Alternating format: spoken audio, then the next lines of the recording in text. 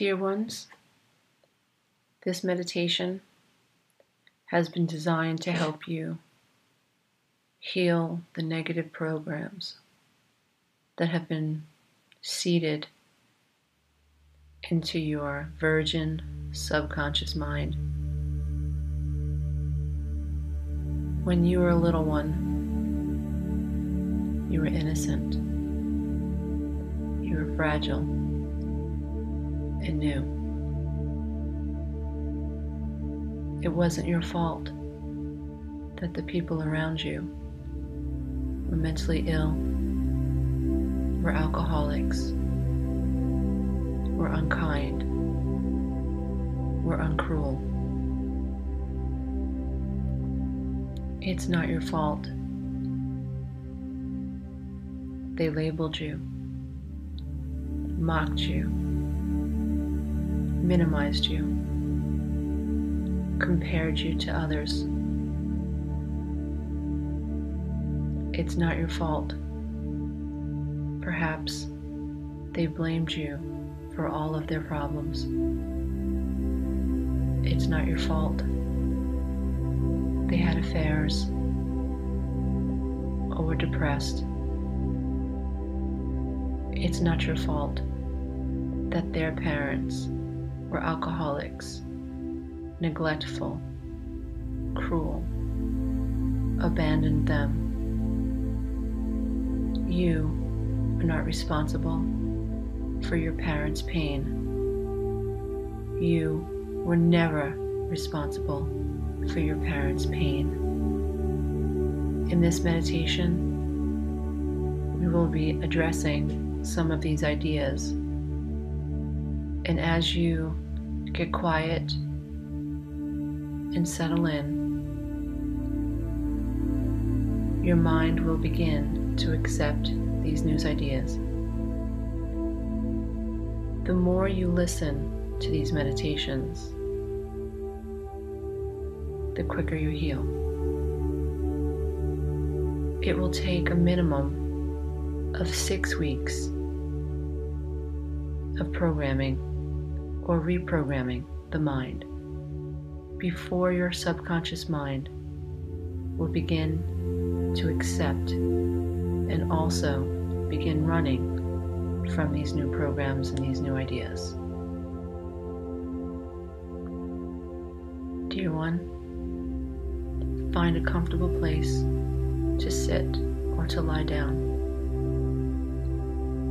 It's quite all right if you drift to sleep during this meditation. Your mind never stops receiving information. So don't worry about attaching to the ideas that you hear. So find that comfortable spot. Close your eyes. Take a deep breath in through your nose. Exhale gently. And again, dear one, breathe in and exhale.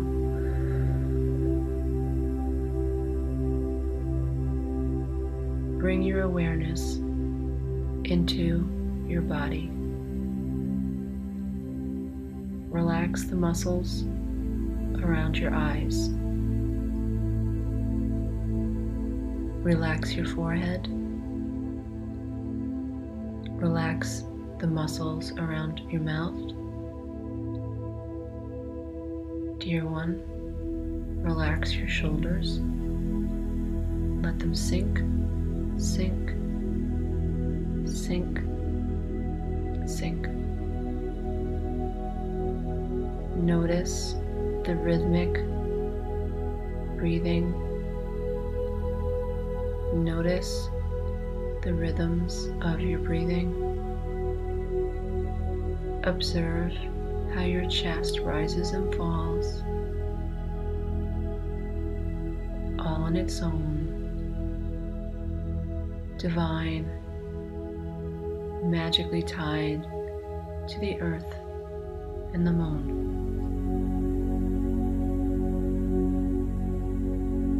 Notice how your heart beats of its own will, of its own intelligence.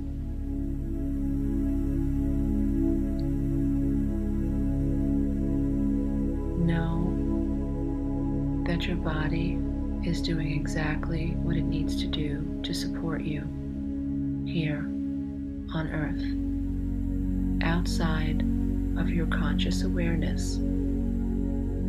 Your body, your divinity, has been with you the entire time. Your body has one agenda, and that is to house the divine spirit being that you are, until you awaken to the reality of your true self.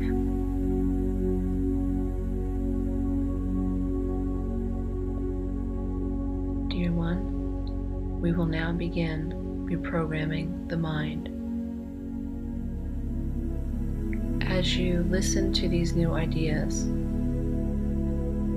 it will not be uncommon for you to experience goosebumps and chills. This is resonance. What I mean by that is when you hear a thought or an idea and it strikes a chord with you, with some aspect of you, on a cellular level, you will know. You will know that some sense of healing has taken place by the way that you feel. Goosebumps, the chills, that's resonance. Your cells are hearing something that matters to them, that makes sense to them, and the manifestation of that resonance is the physical way you feel. On the journey to recovery, we begin to understand that the key to healing is paying attention to how we feel. Our parents were wrong. They taught us that our feelings don't matter, but they do. The way our body feels is everything. The cues, the signals, the goosebumps, the chills. Those are signals that our body is healing, that our body is hearing something, that our soul is recognizing something. That's right. That's true for our soul. When we feel knots in our stomach, when we feel tightness in our chest,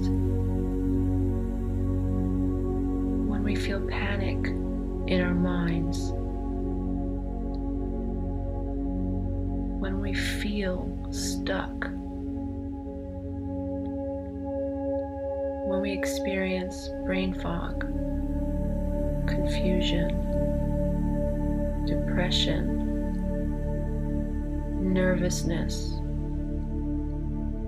when our bodies shake and shiver. These are signs that we're out of alignment. It's the opposite of resonance, it's dissonance. Our spirit, our innate self, is not hearing or receiving information that is in alignment with its greater purpose. And all those pangs in our stomach and all that confusion were signals. They were signs that something was wrong. We weren't crazy when we were children. Our little bellies, our tears, and our terror made sense. Our spirits knew, but our minds were taught to not pay attention to how we feel. Our minds, our virgin minds, were corrupted by those around us.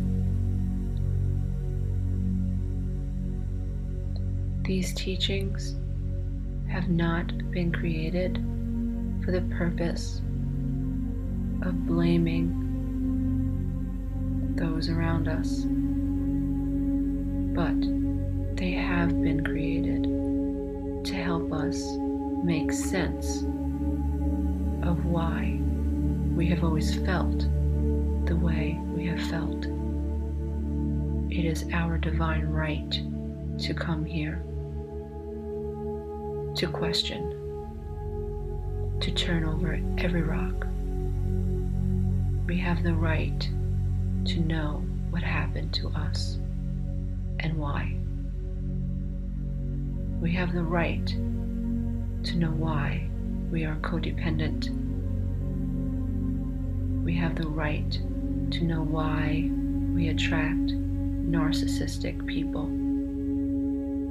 narcissistic spouses, self-absorbed friends.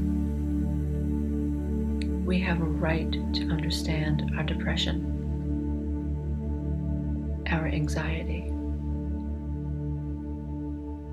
our fear. We have a right to understand who we are and what has happened to us and why. We have that right. And on this journey we discover that it was never us. We were never unworthy. We were always enough. We discover that we were divine and that our brains were hijacked by dysfunction. And like a computer that has been exposed to a virus, it's not the computer's fault. It's been exposed to a virus when it crashes, when it slows down, when it freezes, when it gets stuck, when it can't perform. It's not our fault that we feel stuck, can't perform, can't do what we need to do, or do what we want to do. It's not our fault that we've been infected with a virus that has hijacked our subconscious mind, that has us defaulting to negative programming in spite of how hard we try to do better, to think better. Our conscious mind is powerless to the subconscious mind until we learn to respect the programming and begin to understand that by using the conscious mind and the higher conscious mind to respect the subconscious mind and to learn that the way to truly heal is to reprogram what has been. And just like going through a cluttered sock drawer. These meditations are designed to help you declutter the subconscious mind.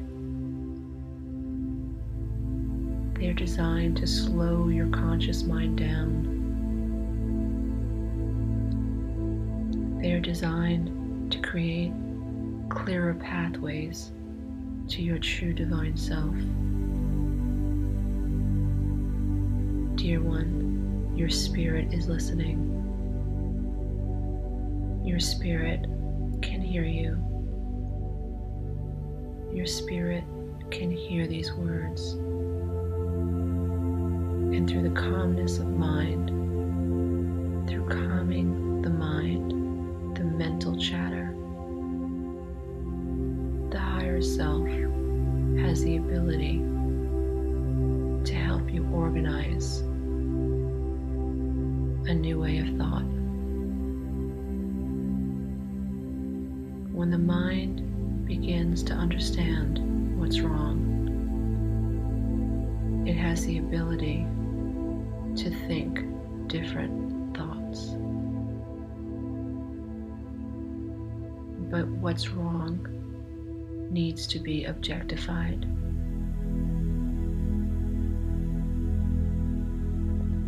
What's wrong needs to be understood and perceived from a higher level of awareness. These meditations are designed to increase your level of awareness. And as your level of awareness expands, so too do the channels between your subconscious mind, your conscious mind, and your higher mind. As your awareness of these problems expand, so too does your awareness of your divine self. Your divine self is not your programming, dear one. Dear one, your programming is not you. It's not you that needs to be fixed. You are divine. You are still that angelic, virgin being that was born so long ago. You are still that divine child of Creator.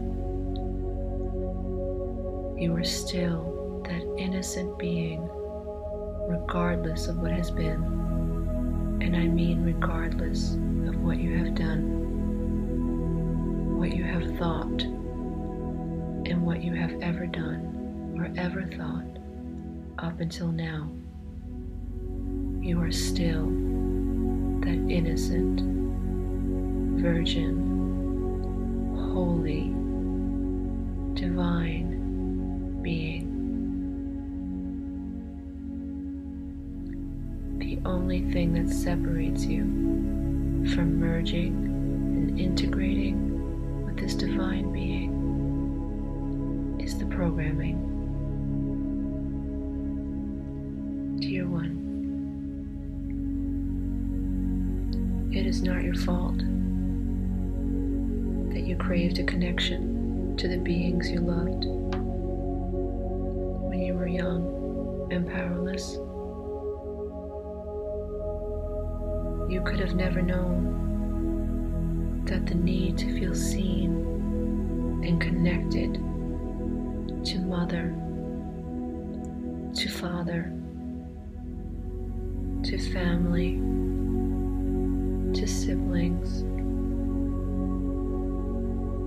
to peers, to teachers, co-workers, lovers, spouses, children.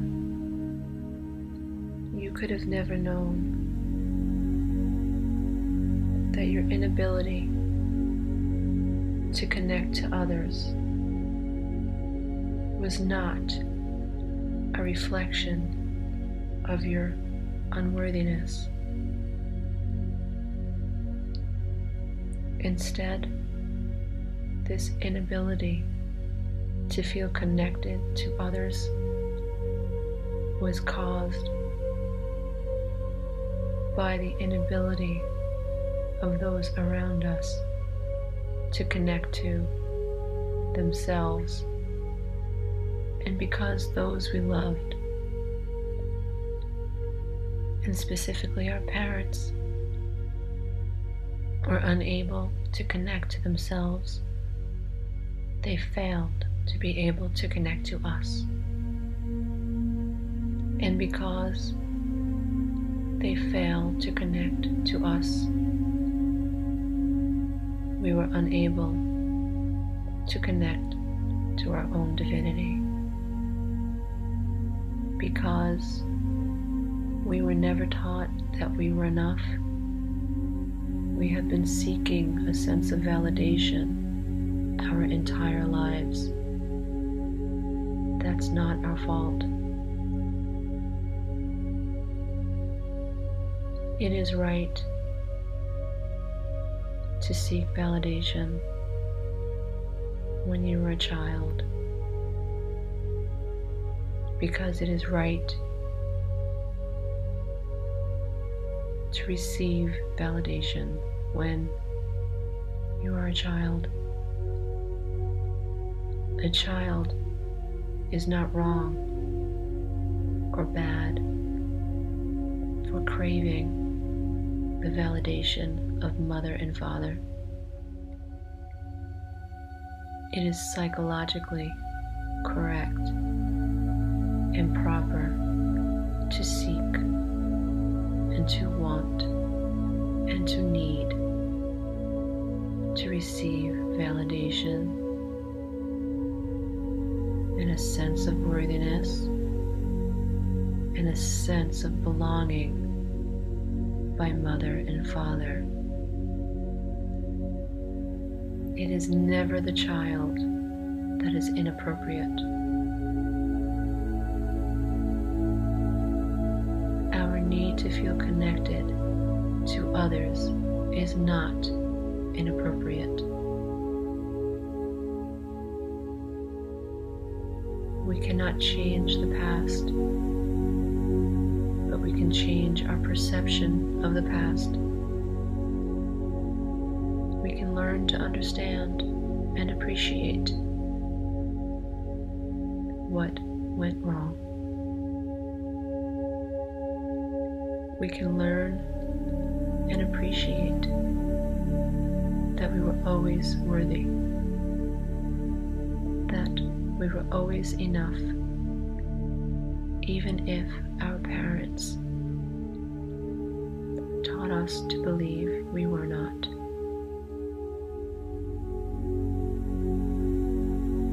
We can learn to believe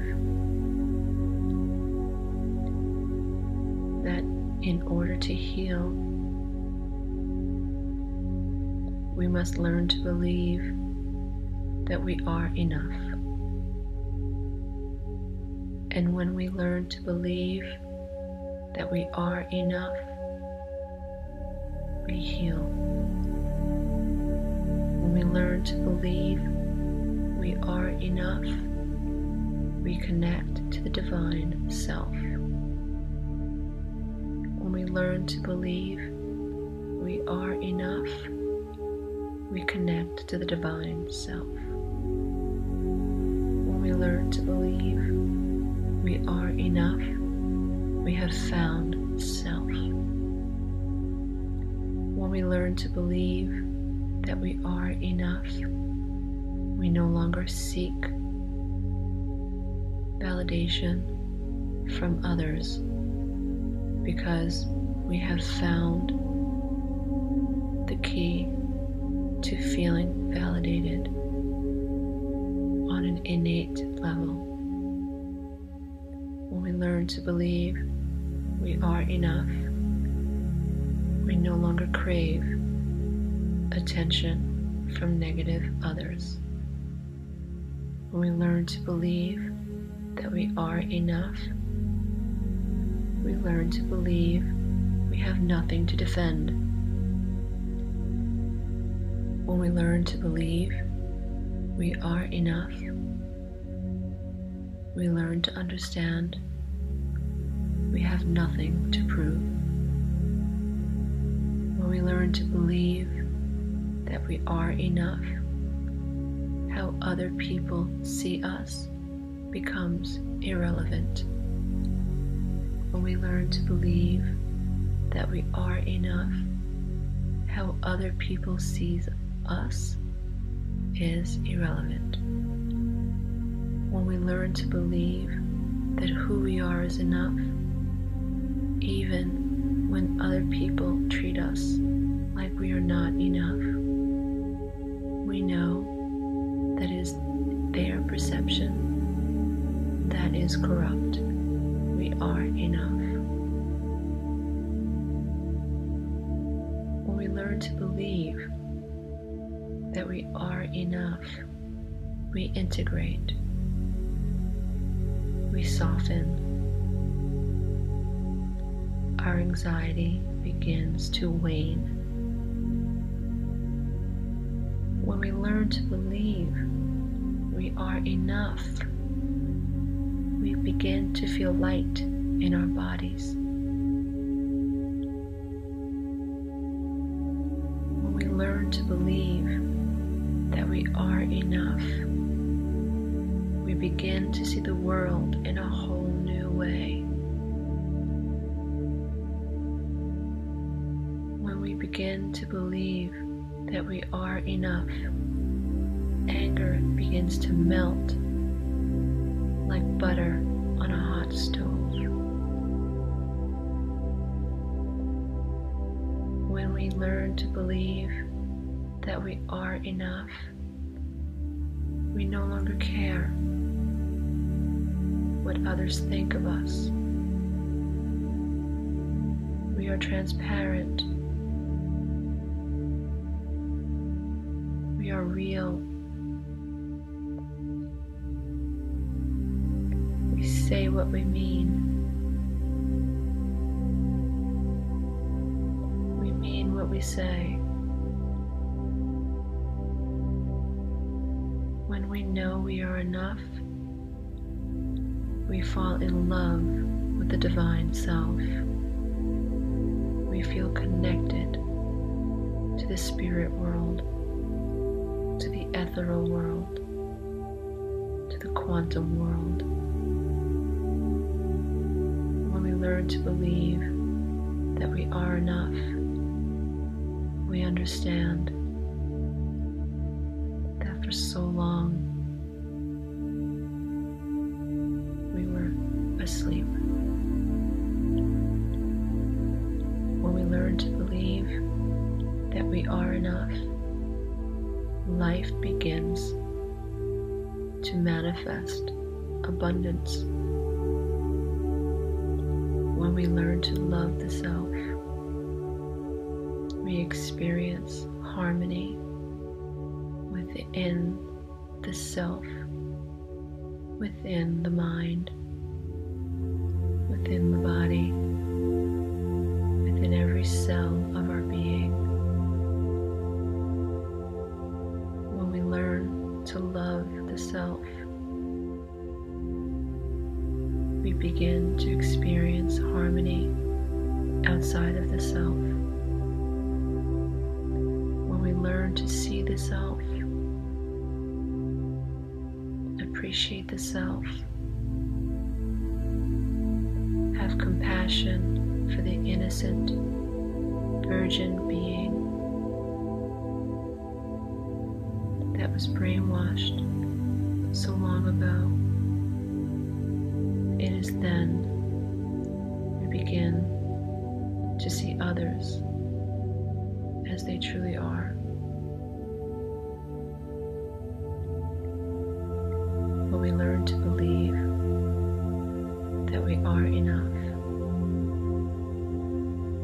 we connect to the divine self, and we know in every ounce of our being that we are enough. You are enough. I am enough. I was always enough. I am enough. I am enough. I was always enough. I will always be enough. I am enough. I am good enough. I am good. I was always good.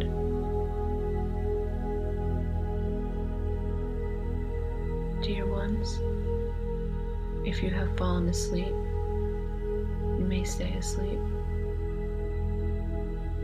If you wish to awaken from this deep meditation, you can do so now. I will count up to 5. When you hear the number 5,